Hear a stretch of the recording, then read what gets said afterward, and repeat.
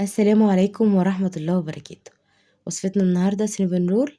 هنعمله بطريقة سهلة جدا وبسيطة وبدون تعقيدات وبدون حاجات كتير، كمان عشان هقول لكم فيه كل التفاصيل اللي تنجح معاكي الوصفة من أول مرة.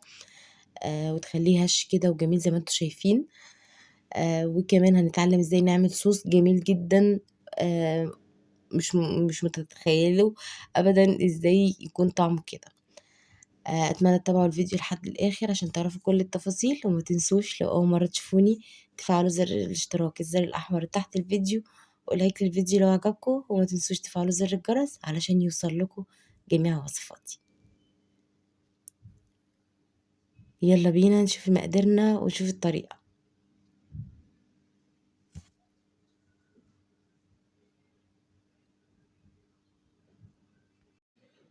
هنستخدم بيضايه وحط عليها معلقه من الفانيليا او كيس من الفانيليا حسب المتوفر عندك. مكونات النهارده كلها بدرجه حراره الغرفه، ودي حاجه مهمه جدا.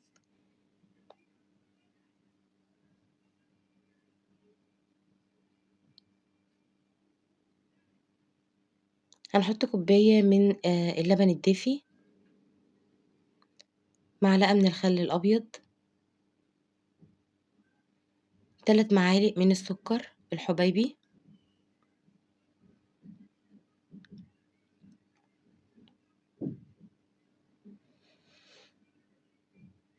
معلقة من الخميرة الفورية. هنا عندي 3 كوبايات ونص من الدقيق، هناخد منهم بس 3 معالق، هنحطهم على المكونات بتاعتنا ونقلبهم كويس.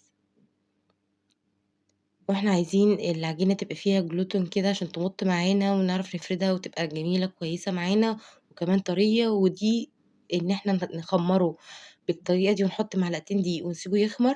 ده هيخليها هشة جدا وناعمة معاكي، هيخلي المعجنات بتاعتك هشة جدا.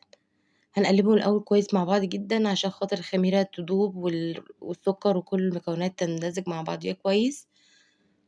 فهنقلبه كويس بالشكل ده، وبعد كده هنغطيه في مكان دافي وهنسيبه حوالي ربع ساعة.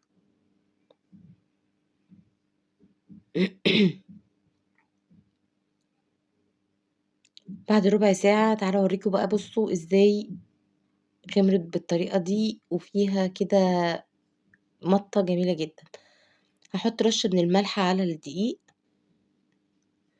وهابتدي اقلبهم كده مع بعضيهم، وبعد كده هنزل بالدقيق على المكونات بتاعتنا بتاعة الخميرة.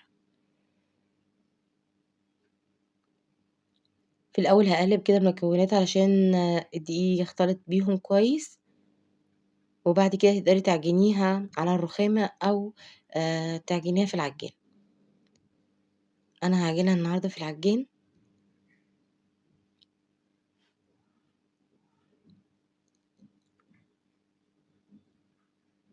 بالشكل ده كده، وبعد كده هنزل بمعلقتين من الزبدة، والزبدة برضك بدرجة حرارة الغرفة متكونش خارجة من التلاجة. شايفين بقى، بصوا المطة اللي فيها،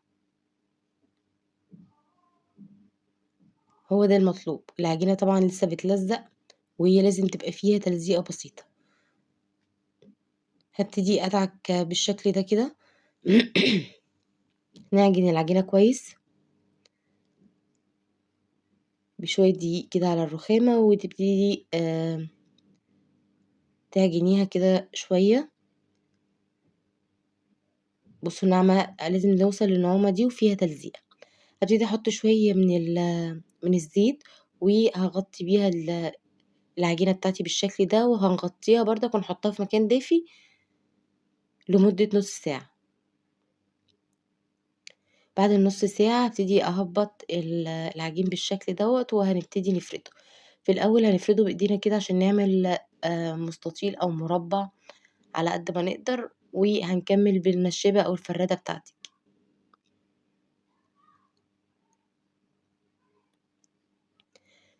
حتى النشابة هنرش كده رشة دقيق خفيفة عشان ما تلزقش فيها.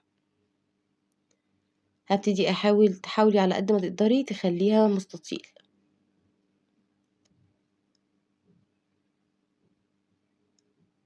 هنبتدي نجيب بولة ونحط فيها كوباية من السكر ونص كوباية من القرفة، هبتدي اقلبهم مع بعض.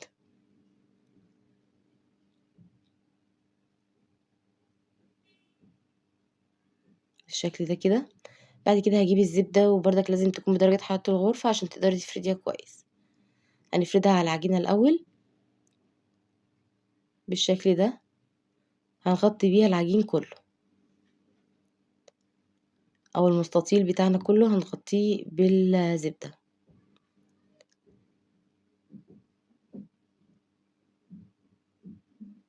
وبعد كده هنرش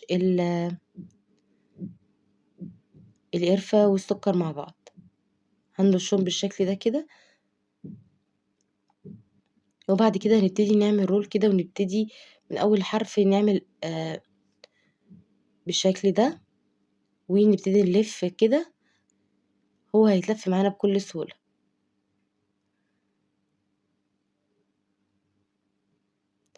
بعد كده هنقفل العجين من تحت بالشكل دوت علشان لما يخمر ما يفكش من بعضه.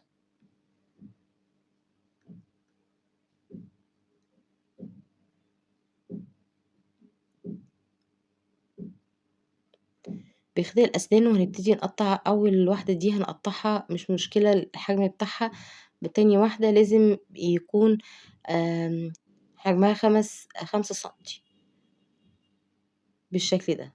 وعلشان تبقي دقيقة قوي ويطلع كله مقاس بعضه، هنبتدي نحط القطعة اللي احنا قطعناها أول واحدة دي ونقطع عليها الجزء التاني، وهكذا. أو ممكن تقسميها بأي مسطرة عندك وتقسميها 5 سنتي بين حجم كل واحدة. هبتدي احطها كده في صينية مدهونة زبدة، وهنغطيها ونسيبها حوالي 10 دقايق. هنجيب في بولة ونحط فيها كوباية من السكر عليها 3 معالق زبدة، وهبتدي اقلبه بالشكل ده كده لحد ما ينعم معايا ويبقى عامل زي الكريمة كده.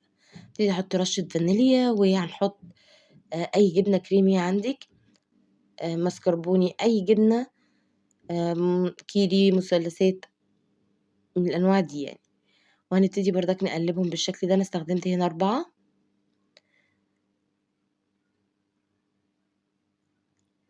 واخر حاجة هنزل حوالي 4 معالق من اللبن،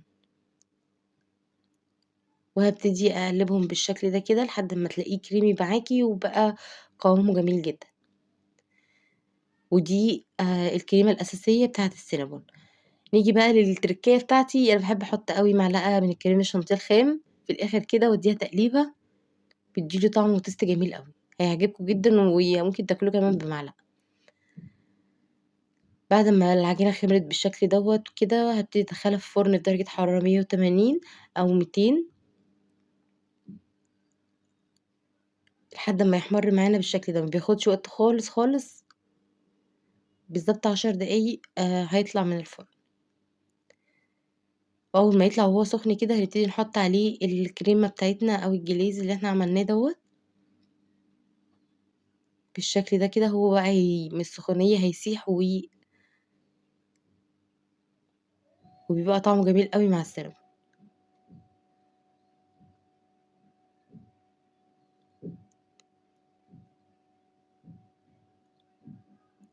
هوريكم بقى يعني قد ايه هو ناعم وخفيف جدا. بصوا وانا بطلعه هتلاقيه تحفة. بصوا شايفين، بصوا طري جدا جدا. العجينة بجد ممتازة، اتمنى تجربوها ان شاء الله.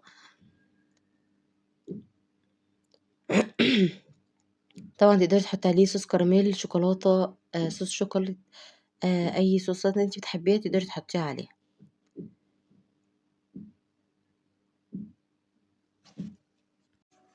طبعا زي ما انتم شايفين هش وناعم جدا وجميل قوي. اتمنى تجربوا الوصفة وتعجبكم، وما تنسوش تفعلوا زر الاشتراك، الزر الاحمر تحت الفيديو، عشان يوصل لكم جميع وصفاتي.